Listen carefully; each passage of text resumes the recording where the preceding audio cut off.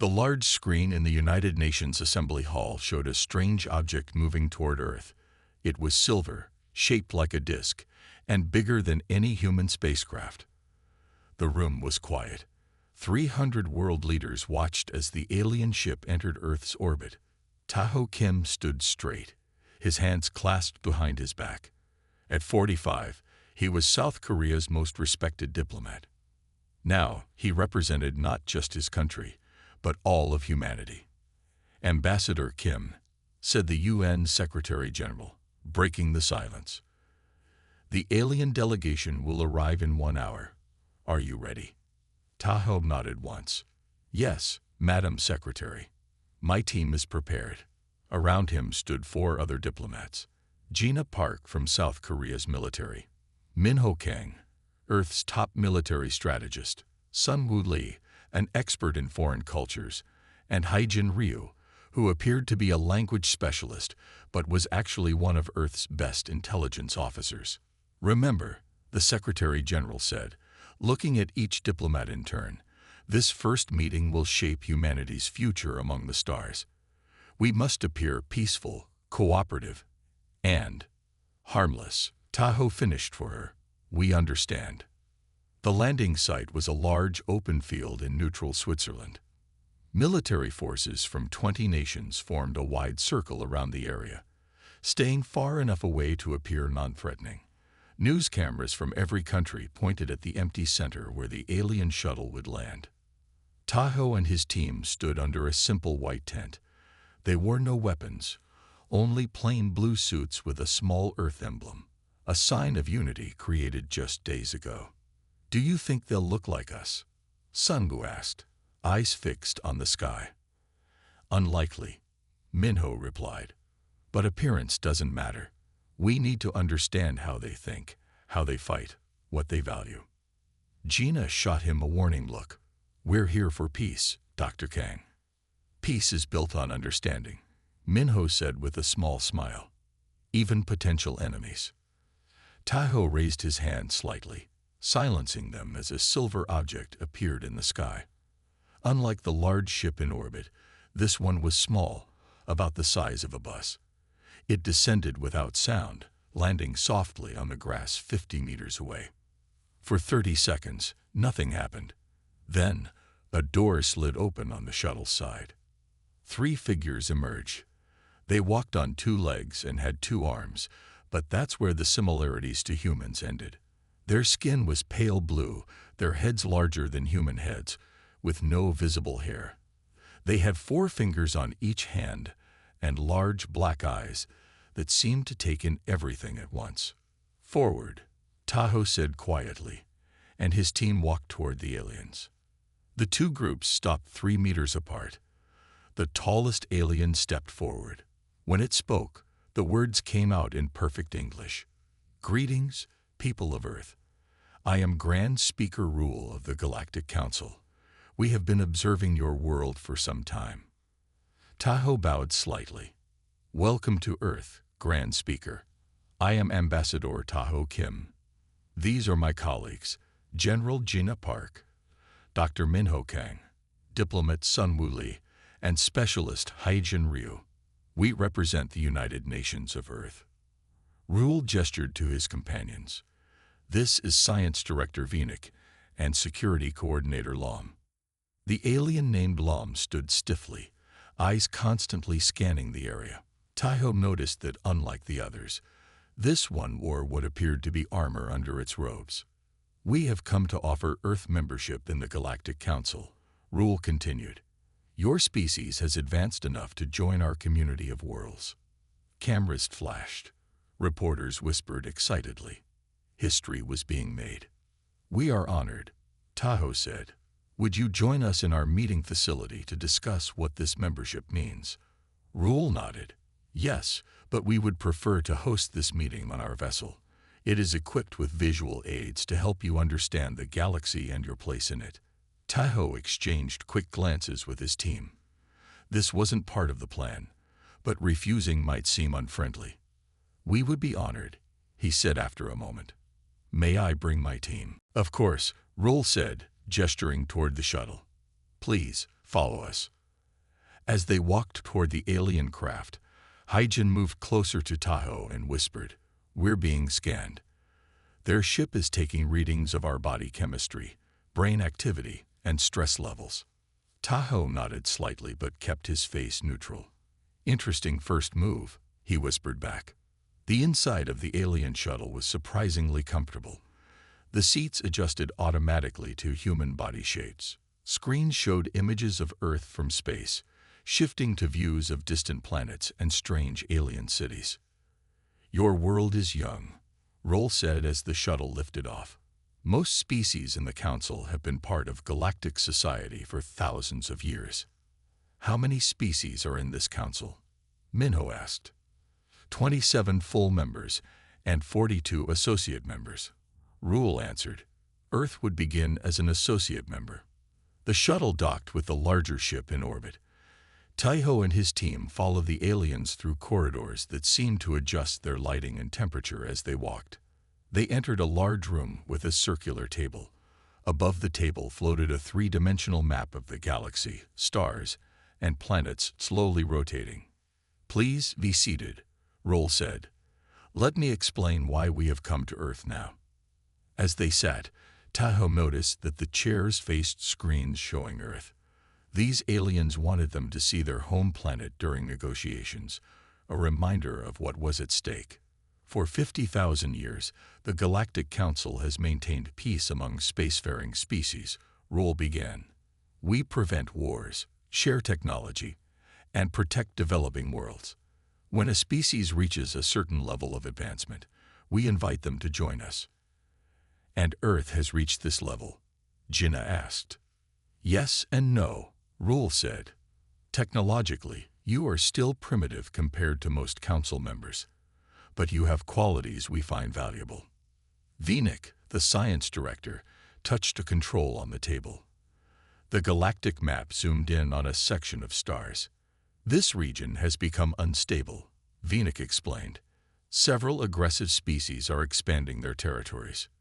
The Council needs neutral parties to help negotiate peace." Tahoe leaned forward slightly. "You want humans to be diplomats."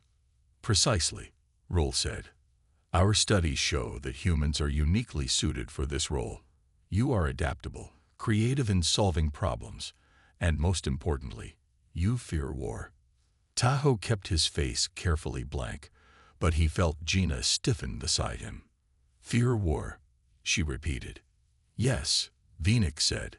"Your planet's history shows a species that has consistently tried to avoid conflict. You create peace organizations, international laws, treaties, all to prevent war. When wars do happen, your people are traumatized, creating art and literature about its horrors. This fear of conflict makes you excellent mediators." Minho coughed lightly. "Your assessment is interesting. It is accurate." Security Coordinator Lom spoke for the first time. His voice was deeper than the others. "We have analyzed human history extensively. In recent centuries, your most advanced nations have grown increasingly reluctant to engage in direct military conflict. You prefer economic pressure, diplomatic isolation, or limited engagements." Tahoe watched his team carefully. Jinnah's jaw was tight. Minho's eyes had narrowed slightly. Even Sunwoo, usually cheerful, looked concerned. "What would membership in the Council mean for Earth?" Tahoe asked, steering the conversation away from this troubling assessment. "Benefits would be substantial," Roll said. "Medical technology that could extend human lifespan by 50 years. Clean energy sources, limited space travel technology, protection from cosmic threats." "And our obligations?" Tahoe asked. "To serve as mediators in conflicts, to provide a neutral perspective in Council decisions, and to remain non-military in your approach to galactic affairs." "Non-military?" Jinnah asked sharply. "Yes," Lom said. "Earth would not be permitted to build weapons beyond your current capabilities or develop military spacecraft.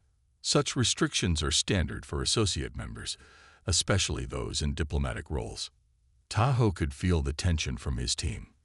These aliens had fundamentally misunderstood humanity. Humans didn't fear war. They respected its terrible power. Earth's nations weren't peaceful because they were afraid. They were peaceful because they knew exactly how destructive they could be when provoked. But perhaps this misunderstanding could be useful. This is much to consider, Tahoe said carefully. How long do we have to make our decision? 1 Earth month, Roll replied. We will leave a communication device with you. If you agree to join the Council, we will return with a formal treaty. In the meantime, may I ask about these conflicts you mentioned? Tahoe inquired. If we are to be mediators, we should understand the situation. Veenik touched the controls again. The galactic map shifted to show a region of space with one bright red star system. This is the Vrex Empire, Veenik explained, a highly militaristic species that has recently begun expanding into neighboring systems. They believe in conquest rather than cooperation. Have they attacked council members? Minho asked. Not directly, Lom said. They test boundaries, intimidate weaker species, and ignore diplomatic warnings. They respect only strength, which makes negotiation difficult. And you want humans to negotiate with them? Jinnah asked, not hiding her surprise. Eventually, yes, Roll said. Your species' fear of conflict would make you immune to their intimidation tactics. You would seek peaceful solutions where other council members might escalate tensions. Tahoe nodded slowly, his mind racing. The aliens had revealed much, not just about the galaxy, but about how they viewed humans. It was a dangerous misunderstanding, but one that might give Earth time to prepare for a more complicated future than these aliens were suggesting. We appreciate your candor, Tahoe said. We will take this information back to our world leaders. Excellent, Roll said. Before you return, would you like to see more of our vessel? It would help you understand the technological benefits of council membership. We would be honored, Tahoe said with a slight bow. The tour of the alien ship was impressive. The human diplomats saw medical facilities that could regrow limbs, energy generators smaller than a car that could power a city, and navigation systems that mapped the entire galaxy. Throughout the tour, Tahoe noticed Haijin taking careful mental notes. Minho asked specific questions about how various technologies functioned, while Jinnah focused on the ship's defensive capabilities without seeming too interested. When they returned to Earth, the news of alien contact had already spread worldwide. Crowds gathered in major cities, watching giant screens showing the alien ship in orbit. Religious leaders called for calm and reflection. Military forces remained on high alert despite assurances that the aliens came in peace. In a secure room beneath the UN building in New York, Tahoe and his team met with the Security Council. They've completely misunderstood us, Jinnah said after they finished their report. Humans don't fear war. We're good at it. Too good, sometimes. Their assessment is based on our recent history, Minho explained. The major powers have avoided direct conflicts for decades. They've interpreted this as fear rather than restraint. The U.S. president leaned forward. Is this misconception dangerous for Earth? Tahoe considered his words carefully. It could be in time. They're offering us technological advances, but restricting our military development. They want us as diplomats, not warriors. Can we accept these terms? Asked the Chinese president. I believe we should, Tahoe said, surprising some in the room. Not because they are fair, but because they give us time. Time for what? The Russian president asked. Time to learn more about this galactic council and the threats they face. Time to study their technology and understand our place in this new reality, Tahoe explained. If we reject their offer, we remain isolated and vulnerable. If we accept it, we gain knowledge and protection while they continue to underestimate us. The room fell silent as the world leaders considered his words. Finally, the Secretary General spoke. Ambassador Kim, are you suggesting we deceive these aliens? No, Madam Secretary. I'm suggesting we accept their invitation on their terms, while privately preparing for a future they haven't considered, one where humanity may need to defend itself or its allies. After hours of debate, the Security Council voted unanimously to accept the Galactic Council's offer, with certain conditions to be negotiated. 1 week later, Tahoe and his team met with Rule and the alien delegation at the same landing site in Switzerland. The nations of Earth have agreed to join the Galactic Council as an associate member, Tahoe announced formally. We accept the role of mediators and the restrictions on military development in space. Rule seemed pleased. Excellent. We believe your species would see the wisdom in our offer. However, Tahoe continued, we have some conditions of our own. Conditions? Lom asked sharply. Yes. First, we request a 5-year period of cultural exchange before we begin our diplomatic duties. We need to understand the species we will be mediating between. Rule and Vinic exchanged glances. That seems reasonable, Rule said finally. Second, we request training in advanced diplomatic techniques used by the Council. If we are to be effective mediators, we must be properly prepared. Also reasonable, Vinic agreed. Finally, we request the right to maintain our existing military forces for planetary defense. While we accept the restrictions on space-based weapons, Earth must be able to protect itself from internal conflicts. This caused longer discussion among the aliens, with Lom seeming particularly resistant. Finally, Rule turned back to Tahoe. We agree to all conditions, with the understanding that your military forces remain on or near Earth, and that you will not develop faster-than-light weapon systems. Agreed, Tahoe said with a slight bow. The formal treaty was signed the next day in the UN General Assembly Hall. As cameras flashed and world leaders applauded, Tahoe exchanged a knowing glance with his team. Later that night, in a secured room deep below the Pentagon, Tahoe met with General Gina Park and the Joint Chiefs of Staff from 12 nations. The aliens believe we fear war, he told them. For now, let them believe it. Gina nodded. While they train our diplomats, we'll study their technology, their tactics, their weaknesses. The Galactic Council sees us as peaceful mediators, Tahoe said. But history has shown that the best negotiators understand the alternative to diplomacy. On a screen behind him appeared images of the alien ship and its technology, captured secretly by Hyjin during their tour. Humanity doesn't fear war, Tahoe said quietly. We just prefer peace. But if these Vrex or any other species threatens Earth or our future allies, they'll learn what humans are truly capable of.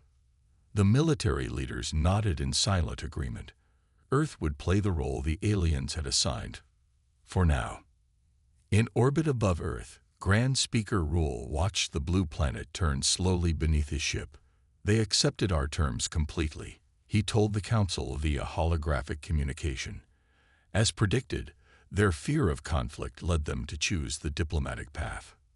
Excellent, replied the Council chairperson from a distant star system. The humans will be useful in our efforts to contain the Vrex without direct military confrontation. Yes, Rule agreed. Their fear of war makes them perfect for this role. What Rule couldn't see were the secret meetings taking place across Earth. As military leaders began planning for a future the Galactic Council had never imagined. One where humanity's supposed fear of war would be revealed as the greatest misunderstanding in galactic history. #Humans fear war, they claimed. But they were wrong. Part 2. The Galactic Chessboard. 5 years passed since Earth joined the Galactic Council. On the surface, everything went according to the aliens' plan. Human diplomats worked throughout the galaxy, solving disputes between species. Earth received new technologies that improved medicine, energy, and communication. To the Council, humans appeared to be the perfect peaceful mediators. But beneath this peaceful image, Earth prepared. Sun Wuli walked through the Grand Hall of the Galactic Council headquarters, a massive space station orbiting a neutral star system. At 38, he had become Earth's chief diplomat to the Council. His simple blue uniform with the Earth emblem marked him as human, but his confident walk showed he belonged here among the stars. Alien representatives from 27 species moved through the hall. Some floated on anti-gravity platforms. Others walked on many legs. A few were just clouds of gas in special containers. Yet all of them nodded respectfully to Sun Wu as he passed. Diplomat Li called a voice behind him. "A moment, please." Sun Wu turned to see Grand Speaker Rule approaching. In 5 years, the blue-skinned alien had aged visibly, with deeper lines around his large black eyes. "Grand Speaker," Sun Wu said with a slight bow. "How may I help you?" "Walk with me," Rule said, gesturing to a quieter corridor. As they walked, Rule spoke in a low voice. "The Vrex situation has worsened. They have moved warships to the border of the Novan system." Sun Wu kept his face neutral, but his mind raced. The Novans were a peaceful species that had become Earth's closest allies in the galactic community. "Have they made demands?" Sun Wu asked. "Yes. They claim the Novans' third planet has resources they need. They demand mining rights." "And if the Novans refuse?" Rule's face darkened. The Vrex rarely asked twice. They stopped at a large window overlooking the vastness of space. Stars spread out before them like scattered diamonds. "The Council wants Earth to send a diplomatic team," Rule said. "The Vrex respect few species, but they have shown interest in humans, perhaps because you are new to the galaxy and have no history with them. Or perhaps because they think we fear war," Sun Wu said quietly. Rule nodded. "Your peaceful nature could be an advantage here.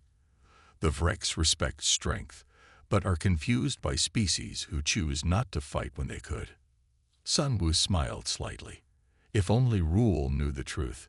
In the 5 years since joining the Council, Earth had studied every bit of alien technology they could access.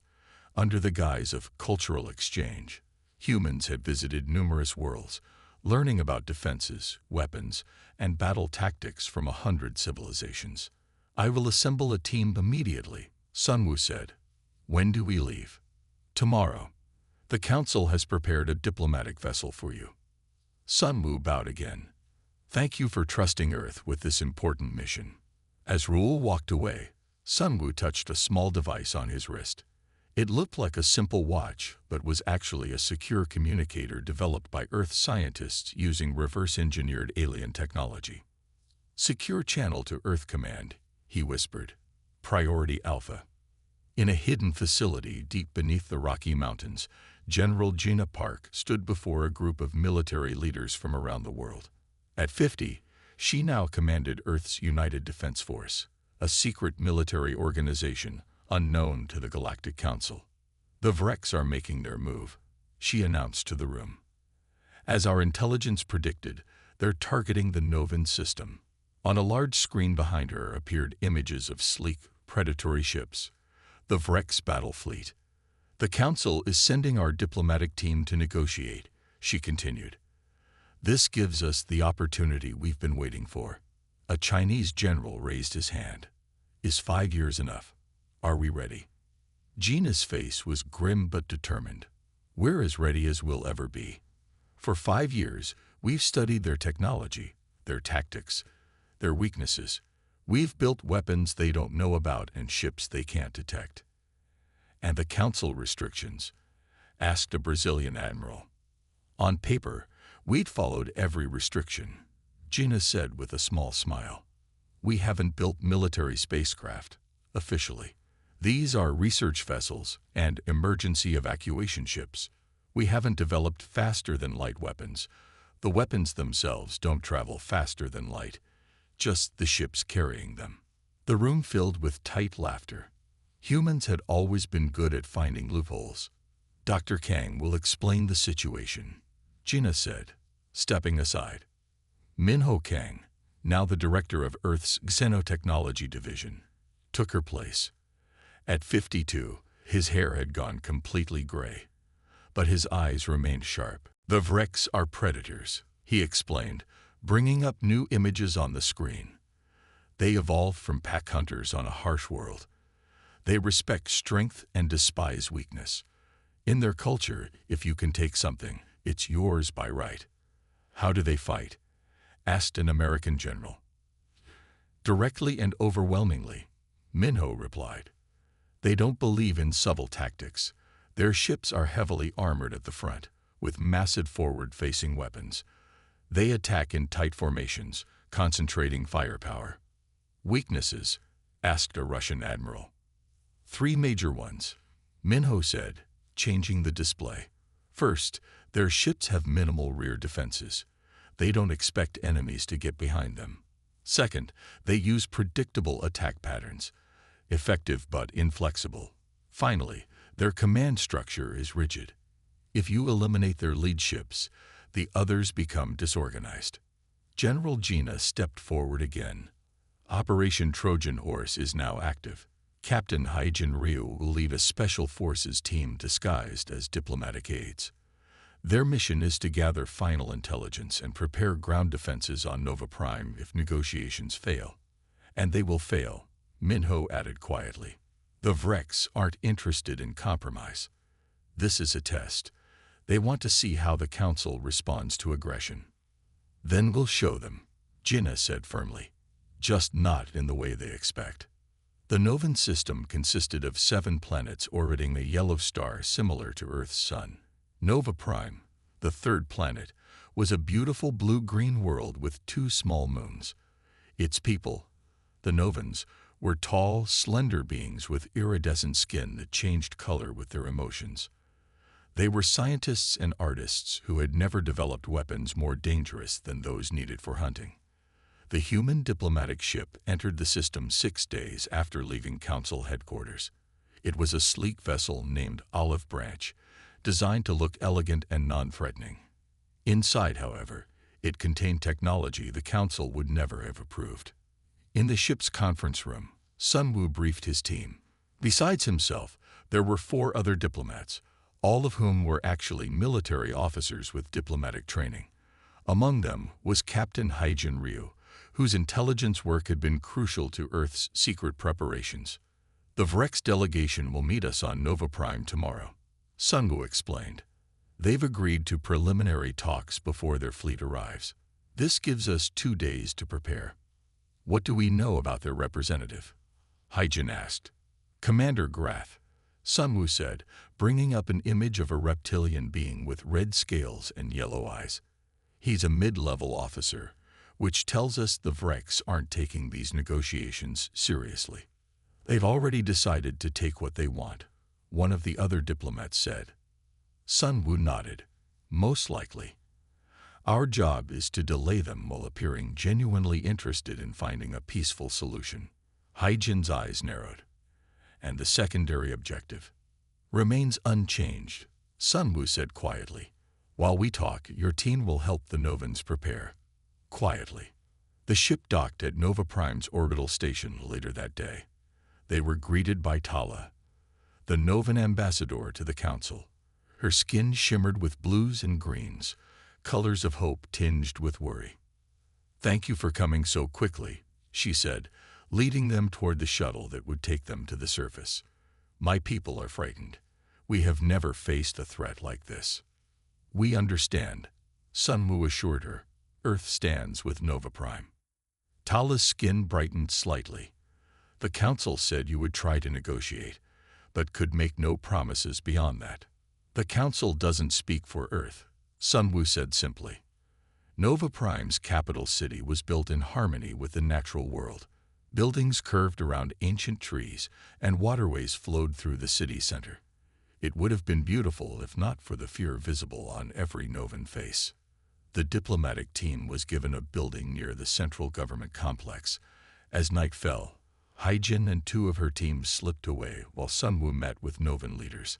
In a secure room beneath the Novan Defense Ministry, a small department that mainly dealt with natural disasters, Haijin activated a holographic display. Earth has been preparing for this possibility, she told the shocked Novan officials. We've developed defenses that the Council doesn't know about. With your permission, we can deploy them to protect Nova Prime. The head of the Novan government, Premier Zin, looked confused. But the humans are peaceful mediators, the Council said. The Council misunderstood humans from the beginning, Haijin interrupted gently. We choose peace when possible, but we prepare for war always. Why would you help us? Asked another Novan, her skin dark with suspicion. What do you gain? Allies, Hyjin said simply. Earth is new to the galaxy. We need friends who see us for who we really are, not what the Council believes us to be. After hours of discussion, the Novans agreed. That night, small stealth ships departed from the Olive Branch in orbit. They looked like simple supply shuttles but contained defensive systems that could be deployed around the planet. Meanwhile, a message traveled faster than light to Earth. Phase 1 complete. Awaiting authorization for Phase 2. Commander Grath of the Vrex Empire arrived the next day with a small escort of warriors. They strode into the meeting hall with the confidence of predators, their scaled bodies covered in simple but clearly military uniforms. Each wore a ceremonial blade at their side, the only weapons allowed in diplomatic meetings. Sun Wu and his team stood as the Vrex entered. They wore their standard blue diplomatic uniforms, appearing completely unarmed and non-threatening. Welcome to Nova Prime, Sun Wu said with a formal bow. I am diplomat Sun Wu Li of Earth. Grath made a gesture that might have been a greeting or might have been dismissal. Let's not waste time with pleasantries, human. My fleet arrives tomorrow. I am here to inform the Novans of our requirements, not to negotiate. Tala, sitting beside Sun Wu, trembled slightly, her skin paling to a light blue. Perhaps you could share these requirements, Sun Wu suggested calmly. Then we can discuss how they might be adjusted to benefit both sides. Grath made a sound like a hiss. There is nothing to adjust. The Vrex Empire requires the mineral deposits in your southern continent, he said, turning to Tala. Your people will relocate from that region. Mining will begin immediately upon our fleet's arrival. That area contains our oldest cities and most sacred sites. Tala protested, her voice surprisingly steady despite her pale skin. That is unfortunate, Grath said without sympathy, but irrelevant. Sun Wu maintained his calm expression. Commander, surely there's room for compromise. The Novan people are weak, Grath interrupted. As are humans, from what I've observed. Your species joined the galaxy 5 years ago and has done nothing but talk since then. You have no warships, no battle record, nothing to earn respect. One of the Vrex warriors behind Grath made a sound that might have been laughter. The Council reports say humans fear war, the warrior said. Is this true, Diplomat Li? Does your species tremble at the thought of battle? Sun Wu smiled slightly. We prefer peace. It's not the same thing. It is to us, Grath said dismissively. Now, to business. The Novans have until my fleet's arrival to begin evacuation of the southern cities. Those who remain will be removed. And if they refuse? Sun Wu asked, still smiling pleasantly. Grath leaned forward, yellow eyes fixed on Sun Wu. Then we will do what we have always done with obstacles, remove them permanently. The meeting continued for another hour, but it was clear the Vrex had no interest in actual negotiation. When they left, Tala turned to Sun Wu, her skin now white with fear. What can we do? They will be here tomorrow, and the Council is too far away to help even if they were willing. The Council may be far away, Sun Wu said, but Earth is closer than they think. That night, while Nova Prime's 3 moons shone in the sky, Hyjin's team finished installing the last of the defensive systems. Hidden in mountains, underwater, and beneath public buildings were weapons more advanced than anything the Novans, or the Council, had ever seen. In orbit, the Olive Branch received a transmission from Earth. General Gina's face appeared on a secure screen visible only to the human crew. Authorization granted for Phase 2, she said. The First Fleet has already departed Earth using the new drive systems. They'll arrive 6 hours after the Vrex fleet. Can you hold that long? We'll have to, Sun Wu replied. The defenses we've installed will surprise them, but they won't last forever against a full battle fleet. Hold as long as you can, Gina said.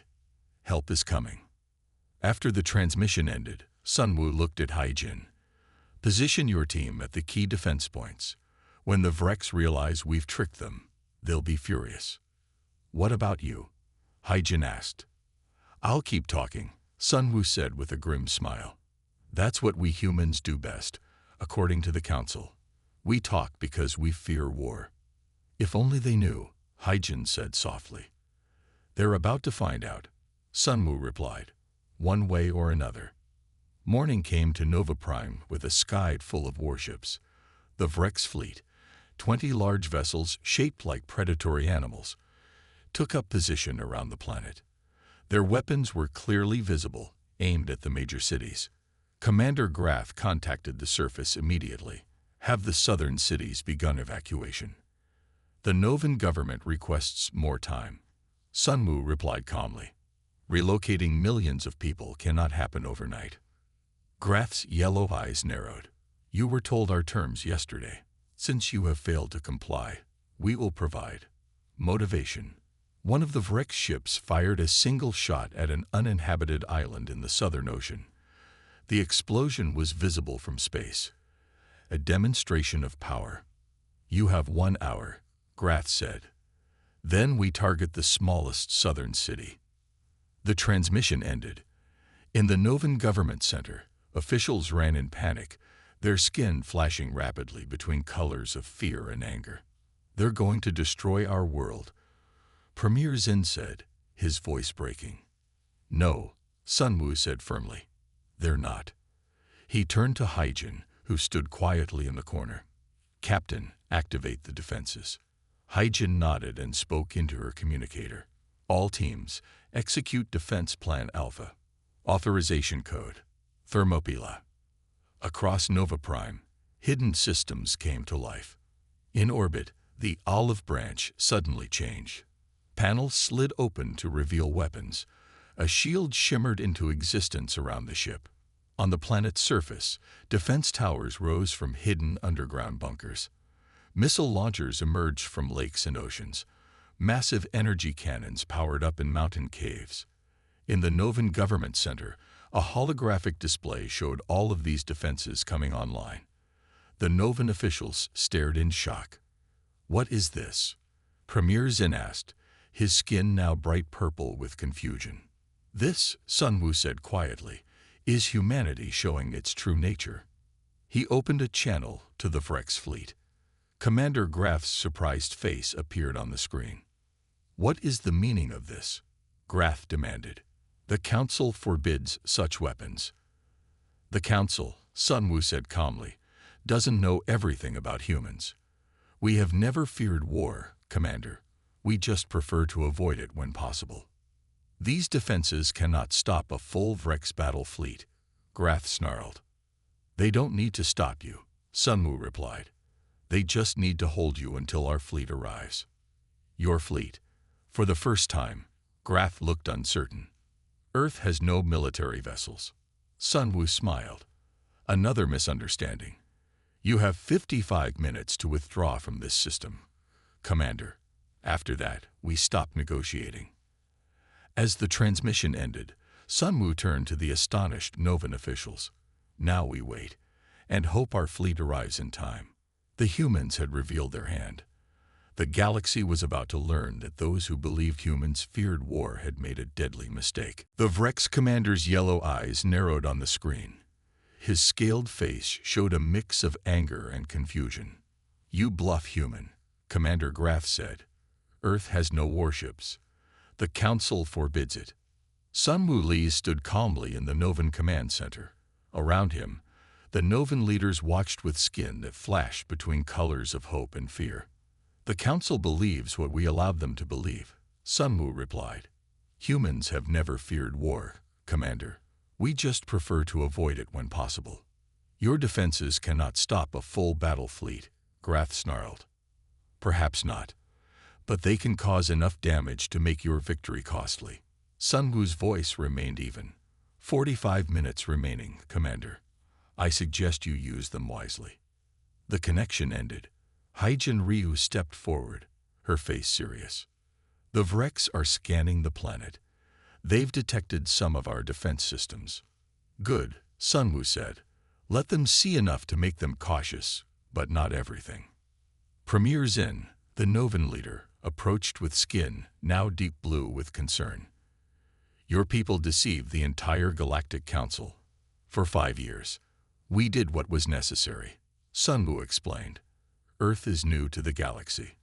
We needed time to prepare, to understand the threats we might face. But why help us? Another Novan official asked. Because the strong should protect the peaceful, Sun Wu said simply. On Earth, we learned this lesson through thousands of years of war. Now we bring that lesson to the stars. In orbit around Nova Prime, the Vrex battle fleet moved into attack formation. The ships formed a V-shape with the largest vessel, Commander Graf's flagship, at the point, their weapons charged, glowing with deadly energy. On the flagship's bridge, Graf paced back and forth. His officers waited nervously for orders. Status report on the human defenses, he demanded. A Vrex officer looked up from a screen. We detect 23 surface-to-space weapon emplacements and 17 orbital platforms. More than expected, but not enough to stop us. And this human fleet they claim is coming. No sign of approaching vessels, Commander. Our sensors reach 3 light days from this system. Nothing is coming. Graf made a sound of satisfaction. As I thought. A bluff. He turned to his weapons officer. Target the southernmost city. Prepare to fire on my command. Commander, the sensor officer suddenly called out. The human diplomatic vessel is changing position. On the main screen, they watched as the Olive Branch moved to position itself between the Vrex fleet and Nova Prime. What are they doing? Graf wondered aloud. That ship cannot possibly stop our weapons. Sir, they're opening communication channels to all Vrex ships simultaneously. Put it on screen, Graf ordered. Sun Wu's face appeared, still calm and collected. Commander Graf, this is your final warning. Withdraw your fleet now. Or what, human? Graf laughed. Your tiny ship will stop us. No, Sun Wu replied, but it will mark the target. What target? Graf asked, suddenly wary. Us, Sun Wu said simply. 30 seconds ago, I sent a signal to Earth. The First Fleet is now aware of your exact position. You have 15 minutes before they arrive. Graf slammed his fist on a control panel. More lies. There are no ships approaching this system. Check your long-range sensors again, Sun Wu suggested. This time, look for distortions in space-time. The sensor officer worked frantically at his station. His eyes widened. Commander, there's something strange at the edge of our sensor range. Multiple distortions, approaching fast. I've never seen anything like it. How far? Graf demanded. At current speed, 15 minutes from arrival. Graf's yellow eyes fixed on Sun Wu's image. What technology is this? Earth cannot have faster-than-light weapons. The Council would know. Not weapons, Sun Wu corrected. Ships. And the Council only knows what we've shown them. For a long moment, Graf was silent. Then he bared his sharp teeth in what might have been a smile. So the peaceful humans have teeth after all. Interesting. He turned to his officers. Prepare for battle. The Vrex Empire does not retreat. As you wish, Sun Wu said, before his image disappeared from the screen. In the Novan Command Center, Sun Wu turned to Haijin. The Vrex aren't leaving. Prepare all defenses. Haijin nodded and began issuing orders through her communicator. Around them, the Novans watched with growing anxiety. Can your fleet really get here in 15 minutes? Premier Zin asked. Yes, Sun Wu replied. Earth has developed new drive systems. The Council races use jump gates for faster-than-light travel. We found a different way. Will your ships be enough to stop the Vrex? Sun Wu's face grew serious. We're about to find out. High above Nova Prime, the Vrex fleet began its attack. The lead ships fired powerful energy weapons at the planet. But before they could hit their targets, the hidden defense systems activated. Energy shields appeared over the major cities, absorbing the blasts. Return fire came from hidden emplacements, striking the Vrex ships with surprising accuracy. On his flagship, Commander Graff watched with growing anger as his first attack failed. "These are not Novan defenses," he growled. "The humans have given them advanced technology." "Sir, we're taking damage from surface cannons," an officer reported. "Shields holding at 82% on the lead ships." "Continue the attack," Graff ordered. "Focus fire on their defense emplacements. Nothing built in a few days can withstand sustained bombardment." The battle intensified. Vrex ships circled the planet, firing at the defense towers that had risen from hiding. Some towers exploded under the assault, but others kept fighting. The Olive Branch, its true nature now revealed, darted between larger Vrex ships, firing precisely at weak points. Inside the Novan Command Center, Sunwoo and Haijin watched the battle on large screens. Each time a defense system fell, warning lights flashed. "We've lost 6 orbital platforms and 9 ground batteries," Haijin reported. "The remaining defenses are holding, but not for long." "They only need to hold for 8 more minutes," Sunwoo said, checking the time. "The First Fleet is almost here." Premier Zin stood beside them, his skin now a deep purple of worry mixed with hope. "Your people planned for this all along." "We planned for many possibilities," Sunwoo explained. "Earth's history is full of wars. We know the price of being unprepared." A large explosion shook the building. Dust fell from the ceiling. "Direct hit near the command center," Haijin reported. "Shields weakening." Sunwoo's face remained calm, but his eyes showed concern. "Activate the final defensive measure." Haijin nodded and pressed a sequence of commands into her device. Deep beneath the surface of Nova Prime's oceans, something massive began to move. On the Vrex flagship, Commander Graff watched with satisfaction as his fleet systematically destroyed the planet's defenses. "Status report," he demanded. "We've eliminated 40% of their defensive capabilities," an officer replied. "Continuing to target surface installations. Minimal damage to our fleet." "Good. Prepare landing craft. Once we've cleared enough defenses, we'll begin ground operations." "Sir," the sensor officer called out urgently. "Something large is rising from the ocean." On the main view screen, the waters of Nova Prime's largest ocean bulged upward. Then, like a leviathan from ancient myths, a massive structure broke the surface. Water cascaded off its sides as it rose higher and higher. "What is that?" Graff demanded. The structure was clearly artificial, a giant platform rising from the depths. As it cleared the water, the top split open, revealing what appeared to be an enormous energy cannon. "Energy readings are off the scale," the sensor officer reported, voice shaking. "It's charging to fire." "Evasive action," Graff ordered. "All ships, break formation." The Vrex fleet scattered as the massive cannon oriented toward them. A blinding beam of energy erupted from its center, slicing through space. One Vrex ship, too slow to move, was caught in the beam. It didn't explode. It simply came apart, cut in half by the incredible energy. "Target their capital ships," Graff shouted. 3 Vrex vessels turned and fired all weapons at the ocean platform. Explosions rocked its surface, but it remained operational, turning slowly to track another target. "How did they build this?" an officer asked in disbelief. "The Council would never allow." "The Council doesn't know," Graff snarled. "The humans have deceived everyone." The massive cannon fired again, missing Graff's flagship but destroying a smaller vessel. As it prepared for a third shot, multiple Vrex ships concentrated their fire on it. The platform shuddered under the assault, its shield failing. When the shield collapsed, the Vrex ships fired directly at the cannon. It exploded in a blinding flash of light. "Ha!" Graff exclaimed.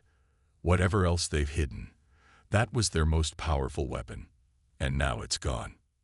"Sir," the sensor officer called out, "the space-time distortions. They're here." At the edge of the Novan system, space itself seemed to bend and twist. 20 points of distortion appeared, quickly resolving into ships unlike any the galaxy had seen before. They were sleek and dark, with no visible engines or weapons, yet they moved with incredible speed. Earth's first fleet had arrived. Leading the fleet was the EDS Defender, commanded by Admiral Chunho Lee. At 53, Chunho had once been a diplomat like his brother Sunwoo, but his true expertise had always been military strategy. Status report, Chunho ordered, standing on the Defender's bridge. All ships present and accounted for, Admiral, his first officer replied. Vrek's fleet detected in orbit around Nova Prime. They've already engaged in hostilities. Any word from the surface? Ambassador Lee reports heavy fighting. Their defenses are holding but weakening. Chunho nodded. Open a channel to the Vrek's flagship. On the main screen, Commander Graf's surprised face appeared. His yellow eyes widened at the sight of Chunho in a formal military uniform with Earth insignia. This is Admiral Chunho Lee of the Earth Defense Force. Your fleet is attacking a peaceful planet under Earth's protection. Withdraw immediately. Graf recovered from his surprise quickly. So humans do have warriors after all. The Council will be very interested to learn how you've broken their restrictions. The Council's restrictions were based on a misunderstanding of humanity. Chunho replied, one we allowed to continue until now. This is your final warning, Commander. Leave this system or be removed. Graf bared his teeth. The Vrek's empire does not retreat from battle. Come and test yourselves against real warriors, humans. The connection ended. Chunho turned to his weapons officer. Target their engines and weapons systems. Disable, don't destroy unless necessary. Yes, Admiral. The Earth fleet accelerated toward Nova Prime, their advanced drives allowing them to cross the distance in minutes rather than hours. As they approached, the Vrek's ships broke from their attack on the planet to face the new threat. The two fleets met in the space above Nova Prime. The Vrek's fired first, their powerful weapons flashing across the void. But to their surprise, the Earth vessels moved with incredible agility, evading most of the fire. What hits they did take were absorbed by shields more advanced than any the Vrek's had encountered. Then the Earth fleet responded. Instead of energy beams or conventional missiles, their ships fired strange projectiles that seemed to phase in and out of normal space. When they struck Vrek's vessels, they bypassed shields entirely, materializing inside the ships to strike critical systems. What is this technology? Graf shouted as his flagship shuddered from a hit. Engines damaged. Weapons at 60%. Around his ship, the battle was going badly for the Vrek's. 3 of their vessels were already drifting, disabled. Another exploded as its reactor was breached. The Earth ships moved in perfect coordination, focusing fire on one target at a time before moving to the next. Sir, we're losing, his first officer admitted. Their weapons, we have no defense against them. Graf stared at the view screen in disbelief. For centuries, the Vrek's had conquered without serious resistance. No species had challenged them like this before. All remaining ships, he ordered, focus fire on their lead vessel. If we destroy their command ship, we may still win this day. In the Novan Command Center, Sunwoo and the others watched the space battle with awe. The Earth fleet moved with precision that seemed impossible, outmaneuvering the larger Vrek's vessels at every turn. Your brother commands well, Hyjin commented. He always did excel at chess, Sunwoo replied with a small smile. Premier Zin watched with skin now bright with amazement. This is beyond anything we imagined. The Council believes humans fear war, yet you fight better than any species we've seen. We don't fear war, Sunwoo explained. We respect it. Earth's history is written in blood. We know wars cost better than most. That's why we avoid it when possible, but prepare for it always. A flash of light drew their attention back to the screen. The Vrek's had concentrated fire on the Defender, scoring a direct hit. But the Earth flagship's shields held, glowing brightly as they absorbed the energy. The Vrek's are making a mistake, Hyjin observed. They're following predictable tactics, exactly what Dr. Kang said they would do.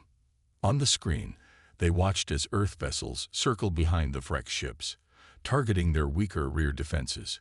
One by one, the Vrex vessels lost power or weapons, drifting helplessly in space. On the Defender's bridge, Admiral Juno received the latest battle report. 12 Vrex vessels disabled, 5 destroyed when they refused to power down their weapons, 3 still fighting, including the flagship. Status of our fleet? Juno asked. Minor damage to 4 ships. No casualties. Junho nodded. Open a channel to Commander Grath again. The Vrex commander appeared on screen. His command center was damaged, with smoke visible in the background, but his yellow eyes still burned with defiance. Is this what humans call mercy? He snarled. Disabling our ships rather than destroying them outright. We don't seek your destruction, Commander, Junho replied calmly. Only your withdrawal. Power down your weapons, and you will be permitted to leave this system with your disabled vessels. And if I refuse, then we will do what is necessary. Grath was silent for a long moment. Then he let out a sound that might have been a laugh. The Council said humans feared war, he said at last. Clearly, they were wrong. But tell me, Admiral, if you've had this technology and these ships all along, why hide them? Why pretend to be peaceful mediators? Because we are peaceful, Junho said. When possible, we simply recognize that peace sometimes must be defended with strength. Grath considered this. Perhaps the Vrex have underestimated humans. This will not happen again. Your decision, Commander. Will you withdraw? After another long pause, Grath nodded once. We will withdraw. The Vrex know when to recognize a temporary setback. A wise choice, Junho said. You may recover your disabled vessels, but know this, Nova Prime is now under Earth's protection. If the Vrex return with hostile intent, our response will be less merciful. The communication ended. On the bridge of the Defender, a cheer went up from the crew. Junho allowed himself a small smile before quieting them. The battle is won, but our work is just beginning, he reminded them. The galaxy now knows humanity's true nature. The Council will have questions, many questions. In the Novan Command Center, Sunmu received word of the Vrex surrender. Premier Zin's skin turned bright gold with joy. Your people have saved ours, he said to Sunmu. The Novans will never forget this. We're allies now, Sunmu replied, in peace and in defense. As the immediate danger passed, Sunmu's communicator signaled an incoming message. It was from Grand Speaker Rule of the Galactic Council. Ambassador Lee. Rule's voice was tight with controlled anger. The Council has received disturbing reports. Vrex ships claim they were attacked by a human battle fleet, a fleet that should not exist. Is this true? Sunmu met Haijin's eyes before answering. It's time for humanity to be honest with the Council, Grand Speaker. Yes, Earth has developed defensive capabilities beyond what the Council permitted. We use them today to protect Nova Prime from destruction. This is a serious violation of your membership agreement, Rule said. The Council is convening an emergency session. Your presence is required immediately. I understand, Sunmu replied. But before you judge Earth's actions, I suggest you review the complete records of this conflict. The Vrex intended genocide. We prevented it. That will be for the Council to determine, Rule said coldly. We expect you within the week. As the communication ended, Haijin stepped closer to Sunmu. What will you tell them? The truth, Sunmu said. It's time the galaxy understood humanity. We don't fear war. We've mastered it. But we value peace enough to fight for it.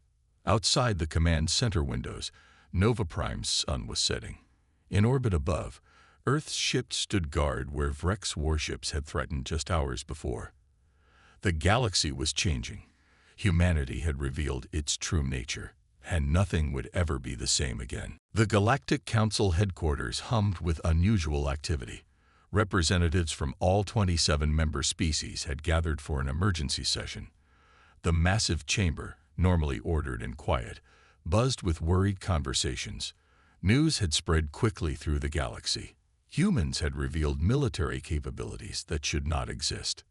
Tahoe Kim, Earth's senior ambassador, stood alone in a small waiting room. At 50, his hair now showed streaks of gray, but his eyes remained sharp and clear. 5 years ago, he had accepted the Council's terms, allowing them to believe humans feared war. Now that deception had ended. The door opened, and his brother Sunwoo entered, still wearing the formal diplomatic uniform he had worn on Nova Prime. "The Council is ready," Sunwoo said. "Grand Speaker Rule seems angry." Tahoe nodded. "As expected, we've proven their assessment of humanity wrong in the most dramatic way possible. The Novan government has sent messages of support," Sunwoo added. "They've formally requested military alliance with Earth. 3 other systems have made similar requests since news of the battle spread." "The galaxy is changing," Tahoe observed. "After today, it will never be the same." A soft tone sounded, signaling that the council session was about to begin. The brothers exchanged a look of understanding before walking toward the chamber doors. "Remember," Tahoe said quietly, "we tell the truth now. All of it." The council chamber was a massive circular room. Seats for each member species rose in tiers around a central speaking platform. Above, a transparent dome showed the stars, a reminder of the vastness they all shared. As Tahoe and Sunwoo entered, a hush fell over the room. All eyes, some with multiple pupils, some glowing, some behind protective coverings, turned to watch the humans walk to the center. Grand Speaker Rule sat in the highest position, his blue skin now darker with age and stress. Beside him were the Council's senior members, including representatives from the oldest spacefaring races. "This emergency session will now begin," Rule announced, his voice amplified throughout the chamber. 5 years ago, Earth joined the Galactic Council as an associate member. The terms were clear. Earth would serve as mediators and would not develop military capabilities beyond planetary defense. He looked down at the 2 humans standing calmly below. Yet 3 days ago, a human fleet of previously unknown design engaged and defeated a Rex battle group. This fleet used technologies that violate multiple council restrictions. "Ambassador Kim, how do you explain these actions?" Tahoe stepped forward. "Grand Speaker, honored council members, I will not deny what happened at Nova Prime. Earth has indeed developed technologies and built ships that go beyond what the council permitted. We did this secretly while appearing to honor our agreement." Murmurs spread through the chamber. Some representatives seemed shocked by this open admission. "So you acknowledge deceiving the council?" Rule pressed. "Yes," Tahoe said simply. "We did. And I am here to explain why." He gestured, and a holographic display appeared above the chamber floor, showing images of Earth. "When your ships first approached our world, you studied us from afar. You concluded that humans fear war, that we are a species traumatized by conflict, desperate to avoid it at all costs. This conclusion shaped your entire approach to Earth. The images shifted to show scenes from human history, peace conferences, diplomatic meetings, humanitarian missions. You saw our peace organizations, our treaties, our efforts to prevent conflict. You believed these came from fear." Tahoe's voice remained calm but grew stronger. "You were wrong. These came from wisdom." Now the display showed different images, battlefields throughout human history, from ancient warriors to modern soldiers. Humanity doesn't fear war. We understand it better than any species in this chamber. For thousands of years, we fought each other. We perfected the art of conflict, developed weapons of terrible power, strategies of incredible complexity. We became masters of war precisely because we waged it on ourselves for so long.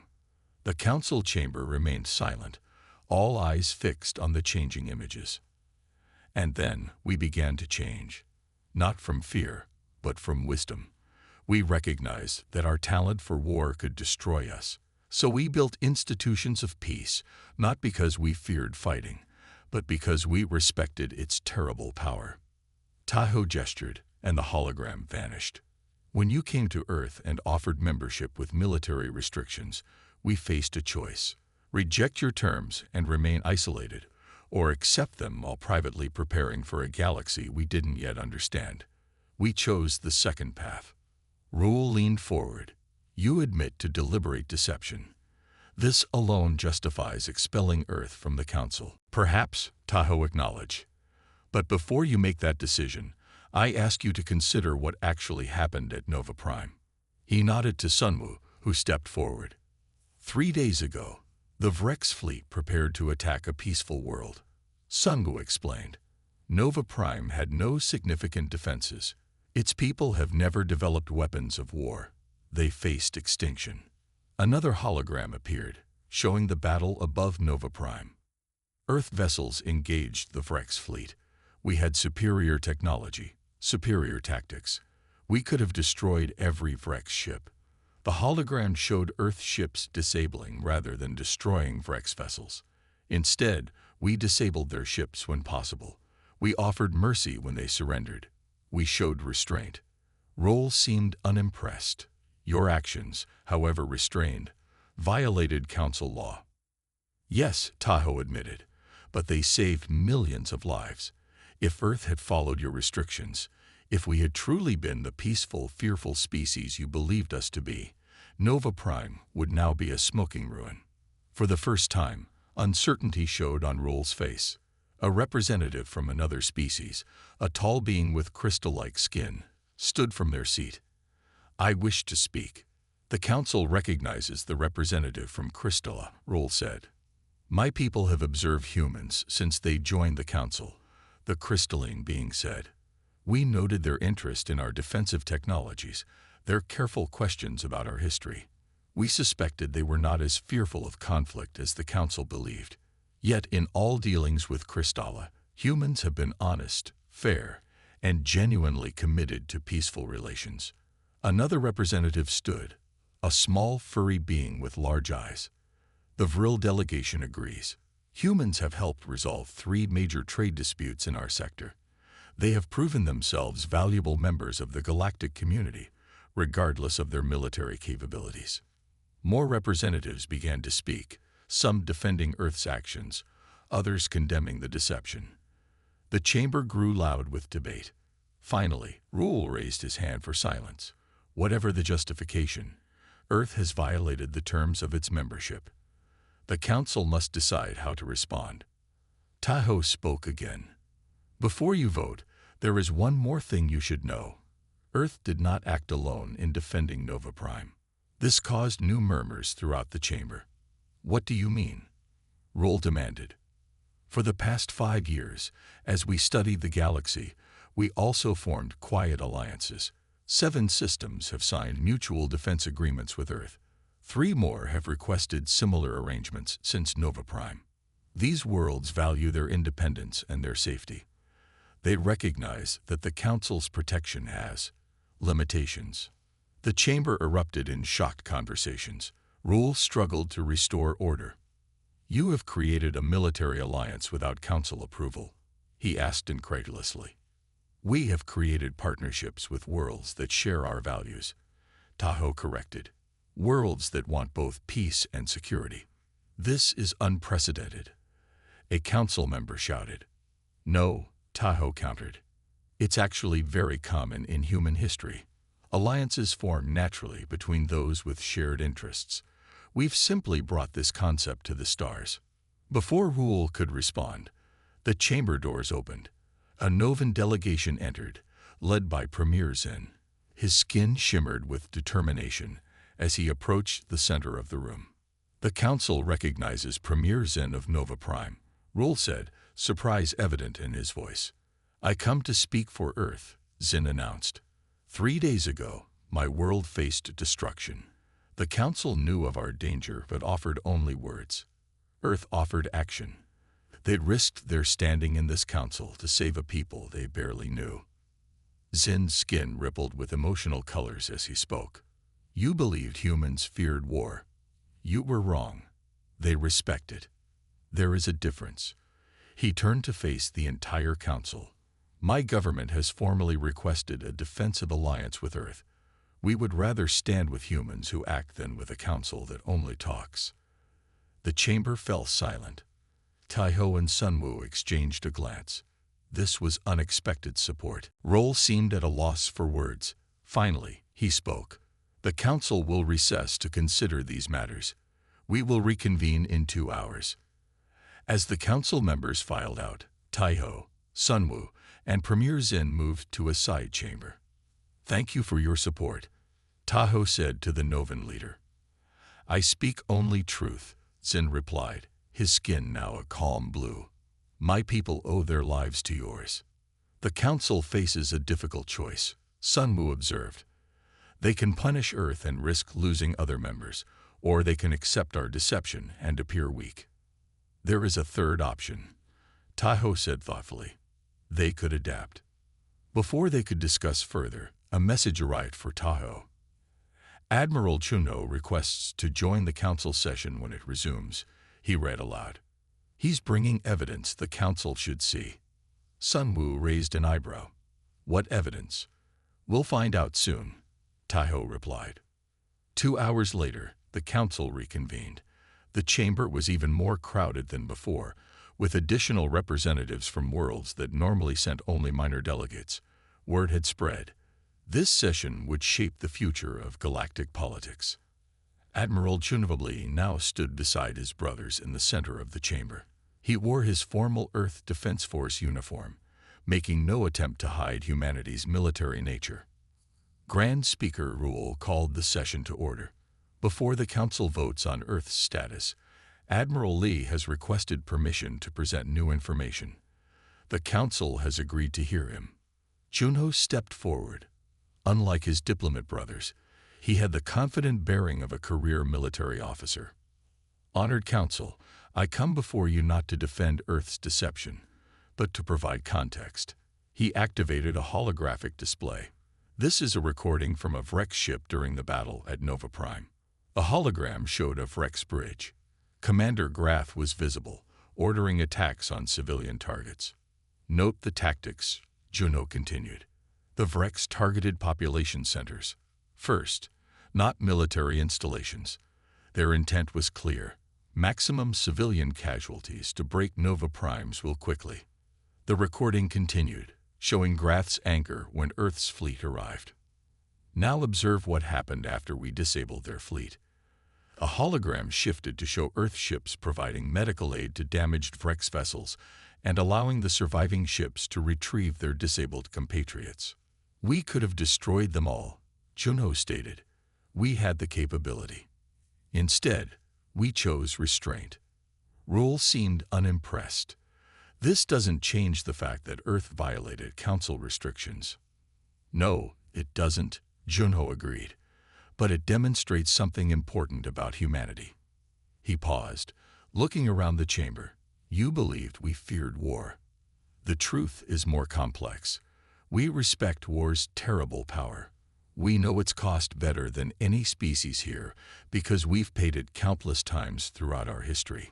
The hologram changed to show Earth's historical conflicts, then its peace institutions.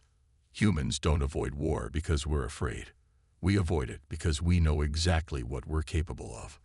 That knowledge, that wisdom, is what the Council misunderstood 5 years ago. Chunho gestured, and the hologram showed Nova Prime after the battle. Earth ships helping repair orbital facilities, medical teams treating the few civilians who had been injured. This is humanity's true nature. We prepare for war while working for peace.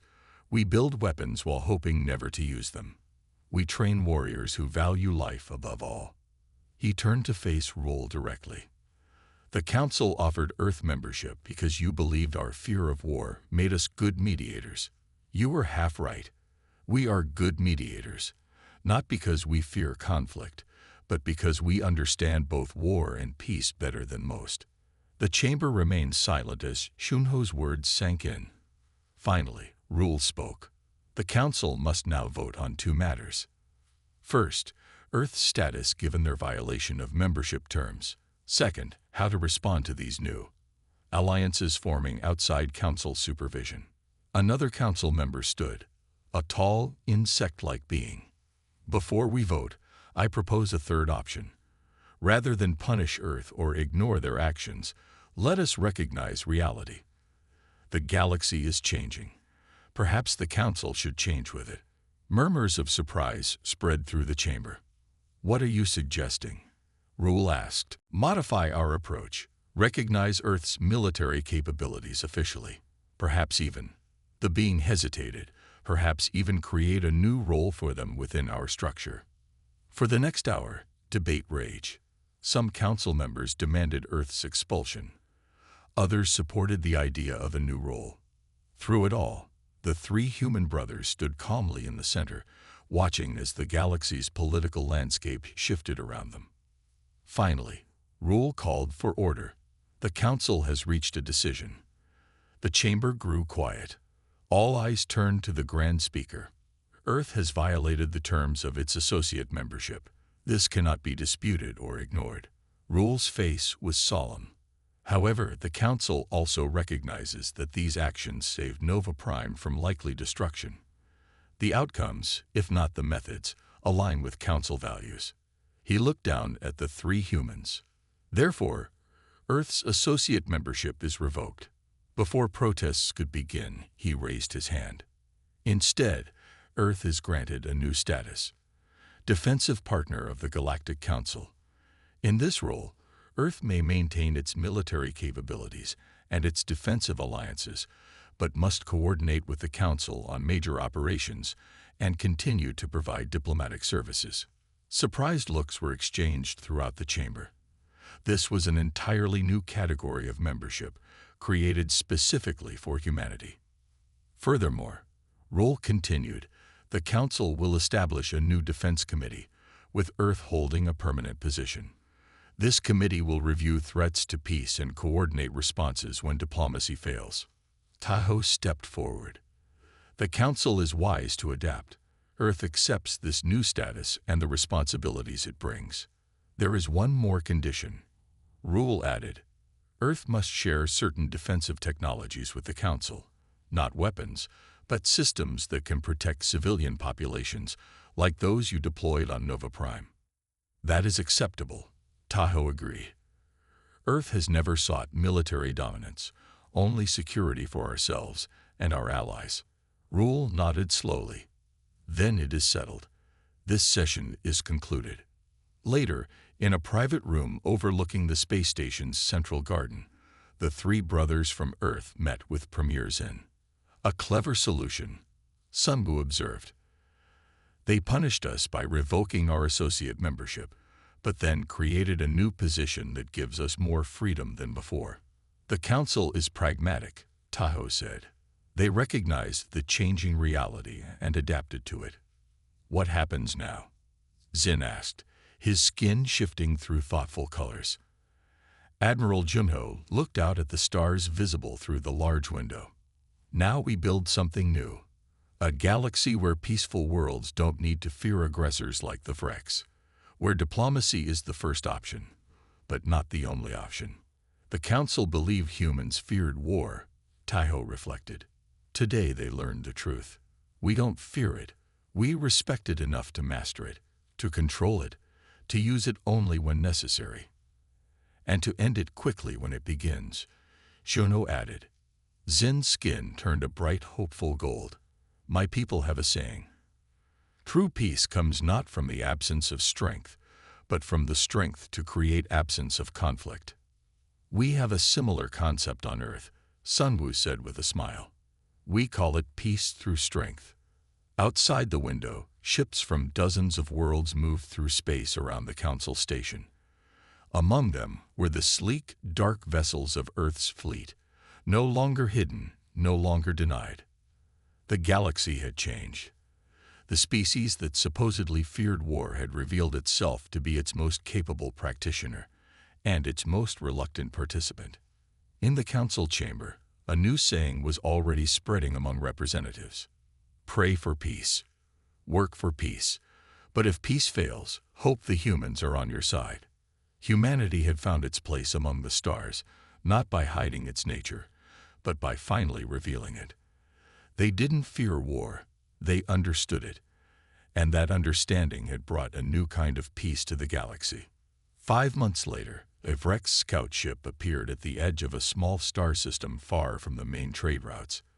The system had a single habitable world, home to a pre-spaceflight civilization. Easy prey. As the scout prepared to report back to the Vrex fleet, its sensors detected something in orbit around the planet. 3 ships of unmistakable Earth design patrolled silently. The scout's commander quickly changed course, moving away from the system without transmitting a single message. His report to Vrex Command was brief. System protected by humans. Recommend avoiding. The humans who supposedly feared war had become the most effective deterrent to conflict the galaxy had ever known. Because they didn't fear war, they mastered it, so others wouldn't have to.